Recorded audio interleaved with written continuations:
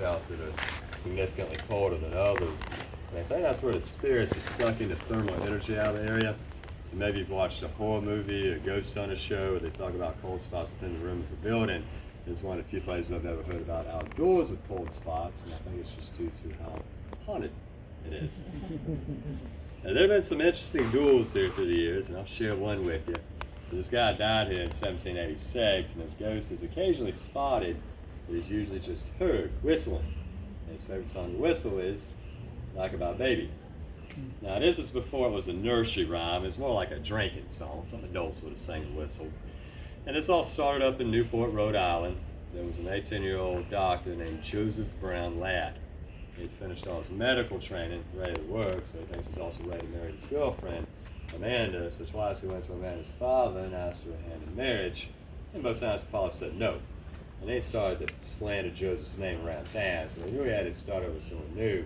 And the doctor he had studied under was good friends with General Nathaniel Greene, who was a big hero during the Revolution, especially here in the South. A lot of Greensboros we have it named after.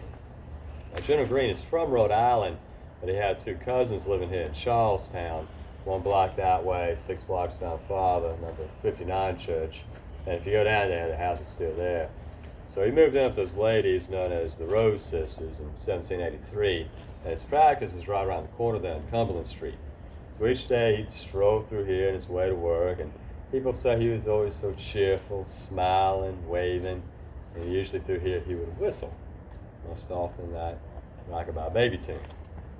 Now he had a friend named Ralph Isaacs, and this was a bit of an unusual friendship for the time because they were from different social classes. Joseph had quickly risen through the social ranks here because of his connections with General Greene, and he's making plenty of money as a doctor. And Ralph was from a low social class, worked hard day and night for the little bit of money he had. Now Joseph didn't seem to care about all this, but I think Ralph had gradually become jealous of all of Joseph's wealth and popularity. So one evening, the men got in an argument over something petty and went their separate ways. Soon after, Ralph had a nasty article written about Joseph in the newspaper. People did that kind of thing back then. So when Joseph read it, he's not only insulted, he knew he would likely lose his customers, his patients here. And he couldn't afford to do that. Maybe not as much for financial reasons, but over those previous 3 years, he'd been writing back and forth with Amanda, and he thought he was this close to convincing her to just move down and marry him. But if he had to start over, she may change her mind. So the only thing he could think to do to preserve his honor here, of course, was to challenge Ralph Isaacs to a duel, right here in Dueler's Alley. And Joseph woke up the morning of the duel, and he said he had this vivid dream of Amanda, and all she said was that I would be with you soon. He didn't know what this meant. He didn't know if he died that day, any opportunity to be with Amanda again would be lost. So he's going to try to make this a formality duel. Both men show up, fire the guns in the air, shake hands, and go to separate ways. No one gets hurt, honor preserved. But I think it's going to play out more like a duel that happened a couple decades later between Alexander Hamilton and Ed Burr.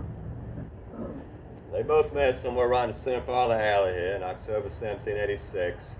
They had flintlock pistols as the weapon of choice. A pretty inaccurate gun. Each man's going to take one shot, so hopefully no one gets seriously injured. They stood back to back, and each man paced out 21 steps.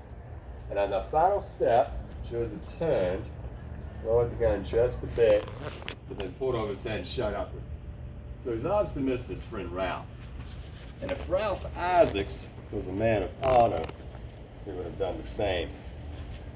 He slowly lowers that gun all the way down to Joseph's head.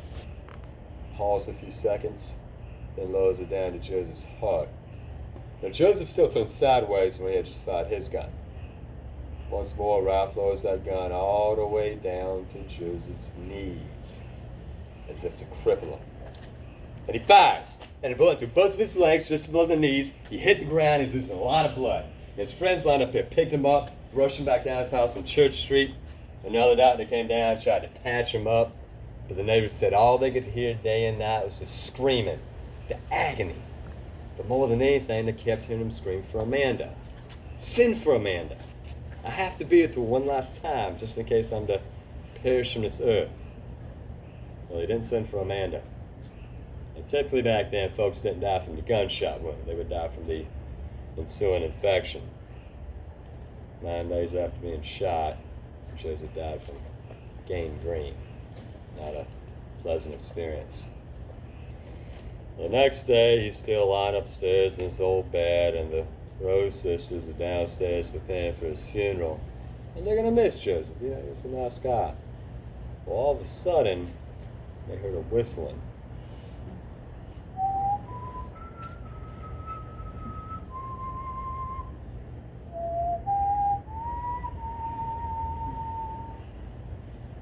They're pretty excited. A lot of times back then, they did a bad job verifying death. So they go rushing up the stairs, open the door, and there's Joseph still lying in the bed. They started shaking him, but he did not wake up. He was still cold and stiff. Well, the Rose sisters and people living in that house since have heard the whistling there and footsteps up and down the stairs at night. And through the generations, up and down Philadelphia Alley here, people hear the whistle. Now, Joseph didn't die here, right? He's not buried here. So why does he still haunt this area? Well, you remember him coming through here on his way to work. We think that might have been some of the happiest times of his life. He's going to work, making a lot of money, making new friends. And of course, in the back of his mind, he thought he was getting closer and closer to marrying the love of his life. And perhaps this ghost thinks if he keeps recreating those days, Amanda will be pleased to move down and marry him.